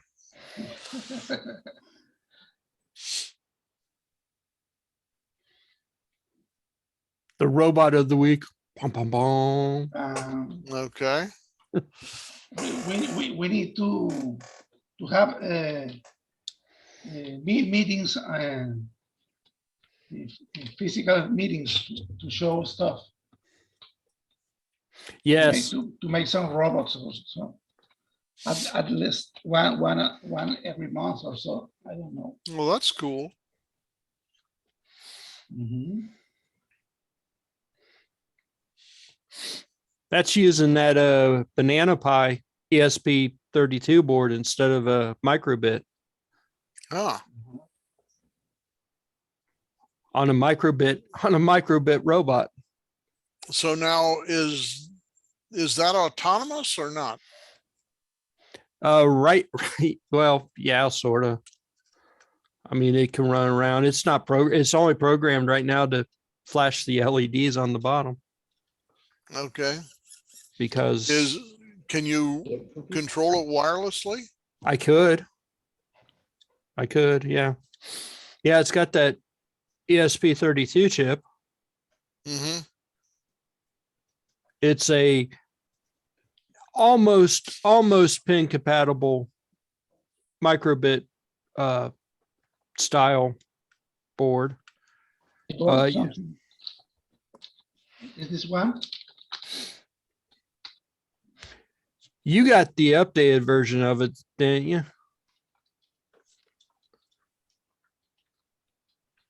This is a ESP32, I think. Right? Yeah. Yeah. No, that's a micro. Is that a regular microbit? No, it's No, it's ESP32. just the. So that's the updated version. Yeah. Yeah. I have 3 robots that use it, that use the microbit connector. Yeah. But I didn't start using it. It's more or less the same thing, right?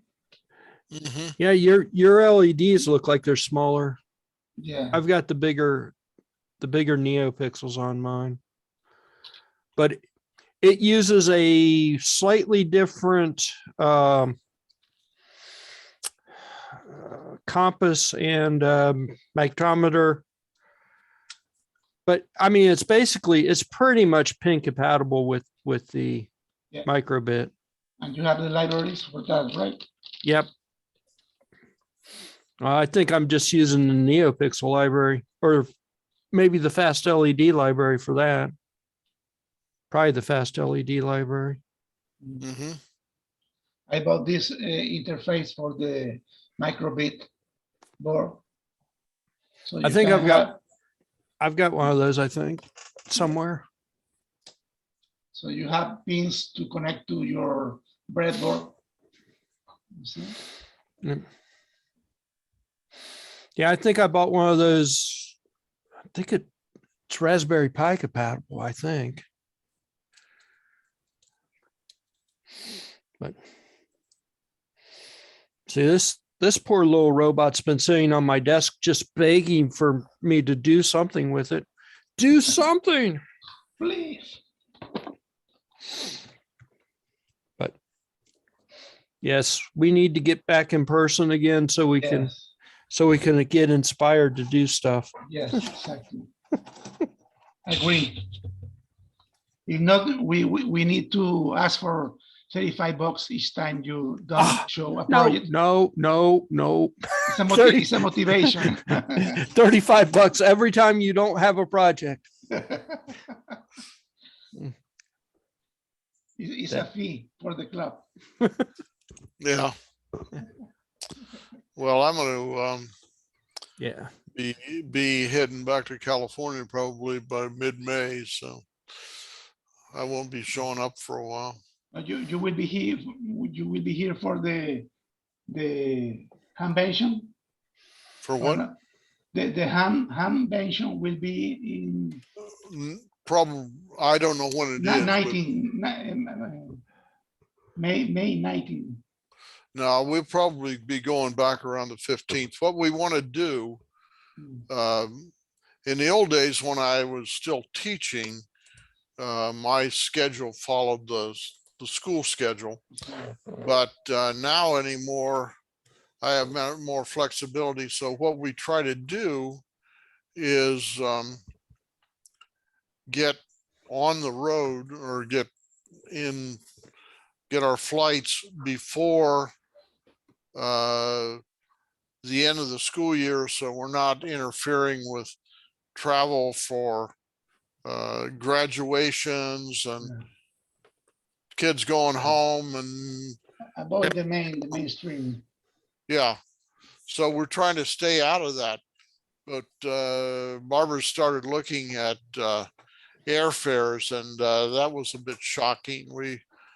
When we came out here, I think our individual tickets were well underneath 300 bucks, Okay. and now they're someplace north of 500. So we're shopping, but so far no joy.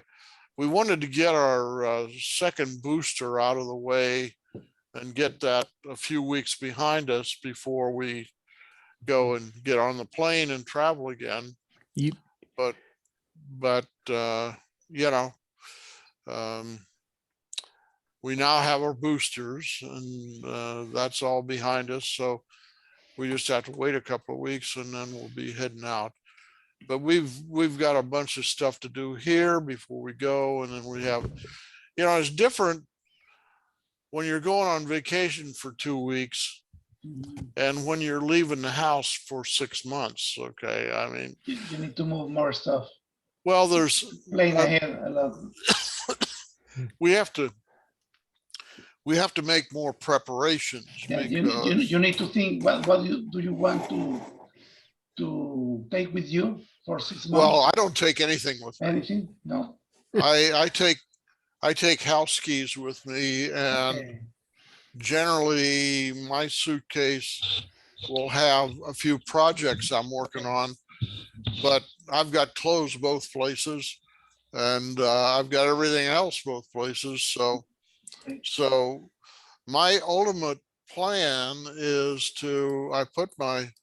I keep the car keys for the cars here, and I keep the car keys for the cars in California there. So I don't move any car keys back and forth, but I just move house keys with me. Yeah. So I've got, 2 or 3 house keys for Your license ID Pardon? for your driving. You drive. Oh yeah. I take How you do? I take my all the standard stuff like But you can drive in California for 6 months with the Ohio driver license. Oh, Or no, vice versa. no, I'm legally a resident of California. Okay. So I haven't had a driver's license in Ohio since 1966. Okay. So basically I just drive like any other visitor from another state, and nobody questions that. But I'm officially a resident of California, so my driver's licenses are there. Yeah. And things like, whatever the Social Security and Medicare and Medicare, I guess it's Medicare, and all that stuff, you know, works in works either places. place. So now the things that my wallet goes back and forth. My bank accounts are accessible from either end. Yeah, I ask you because I think I will be living in California in 2-3 years. And my daughter goes to high school, to college there. Where's she Maybe, go- where's she going to school? well, she's planning to go to uh, Stanford. Stanford. Oh, okay. So that's just across the bay from me. Yeah. Yeah, Palo Alto. Well, it's actually Stanford, California, but No, but we will just be in the state, not close to her, you know, just to be in the same cost. so this is, yeah, but for a private school, there's no residency requirements. No, it's because we will move from Ohio because all our kids are moving out everywhere, you know. So we can't decide where we want to live. You Oh, know? okay. So we are All right. thinking on the West Coast, maybe an option. Yep. So, Yeah, it's but maybe in 5 years or I don't know. yeah. We'll see. Yeah, the Bay Area is pretty nice. We like it there. Not inexpensive, but it's pretty nice. But at any rate, so does she know what she's going to take yet? Well, she will apply for different college, but she wants to go to Stanford, you know. No, I understand Stanford. Uh-huh. The question is, what is she going to do in her undergraduate? Is she going to be just general, or is she going to be in engineering, or is No, she going to marine biology. oh, marine biology? Yeah. Okay, all right. The most unuseful thing. Well, you know, should be close to the aquarium at Santa Cruz there. Yeah. Everybody from Ohio wants to be marine biologists. She wants to protect the whales from the Ohio River. Oh yeah. Okay. Before they disappear. Yeah. Too late. I hate saying it, guys, but I'm getting hungry and we're well after 7 o'clock. Okay. Well, you take care, right. Leroy. You take care. Have fun. Jim, you take care. Vicente. Bye. Everybody hope- take care. I We'll hope to see everybody next week. Next week. Okay. Take All right. care. See you. All right. Bye. Bye now.